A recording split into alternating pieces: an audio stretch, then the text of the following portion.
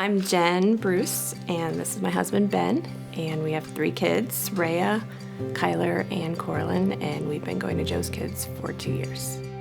Cora is our 3rd kiddo, and her brother and sister were both premature, so we kind of knew going into having a 3rd kid we were probably going to have another premature birth, and she was earlier than all the rest of them and a lot more complicated when she was born. So she was about 5 or 6 months old before we started to figure out that there was more than just prematurity going on for her. She didn't ever look at faces. Babies love to look at faces, and she never did. So we started to ask questions about her vision. It took a handful of months for us to see enough people that knew what was going on.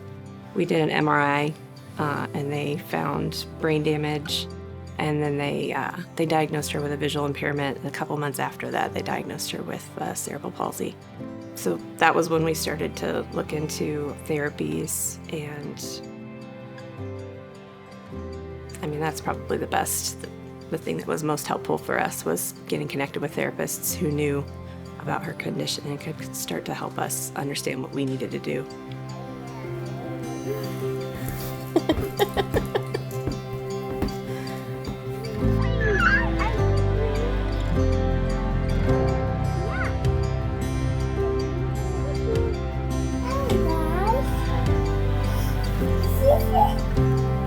Thank you. It was kind of frustrating that we didn't get to it until 9 months into it. And there's like all this ground we could have been covering, and like there's, you know, this three-year window where the kids can, like, the most growth can happen, and it was go time. You know, we had to figure out what was going on and start utilizing the additional 2 years that we had left to really throw all the therapies at her we could. And you know, very fortunately, Joe's Kids is, you know, a stone's throw away, and it worked out really good. And I mean, we got a lot of help there and threw everything we could at it. She's tricky because she has the vision impairment on top of the cerebral palsy. It just makes it really tricky to figure out what's hard for her about a task or about something we're trying to help her do. So they're really creative at Joe's Kids, and they help us give us ideas of how to adapt something. It's a relief to walk in and know that someone's taking care of your kid and knows what to do for her.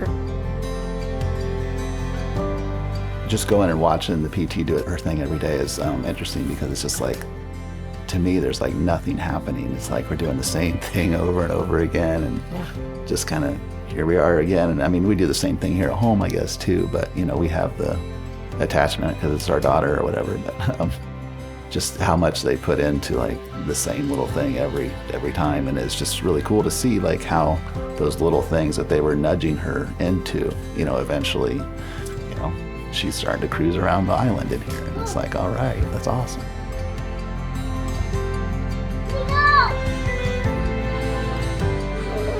Speech too, she went from not just grunting, making little noises, to now she's talking in phrases and answering questions and telling us what she wants. It's really cool. Yeah, there's our cow. Say bye, cow. Bye, cow. Pink, pink. Race car 5 is fun to believe. Let's go. I'm excited about where she's going, and I'm going to help her along the way, and Joe's Kids is a good way to help her get there. Yeah. So.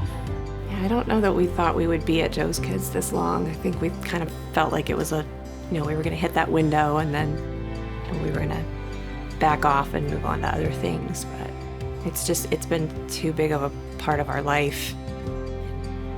So supportive, and I don't think we ever wanted to step away from that. It's just there would be a huge hole in our life if we weren't taking her there.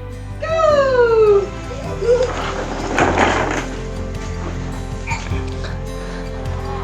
Oh no! Whoa! Look out! Besides us, I don't think there's anybody in the world that knows Cora as well as they do. When we walk in the door, everyone says hi to her. Everyone knows who she is. Even some of the other people who take their kids there know her. It's not just a place of service where we take our kid to get something she needs. It's a community.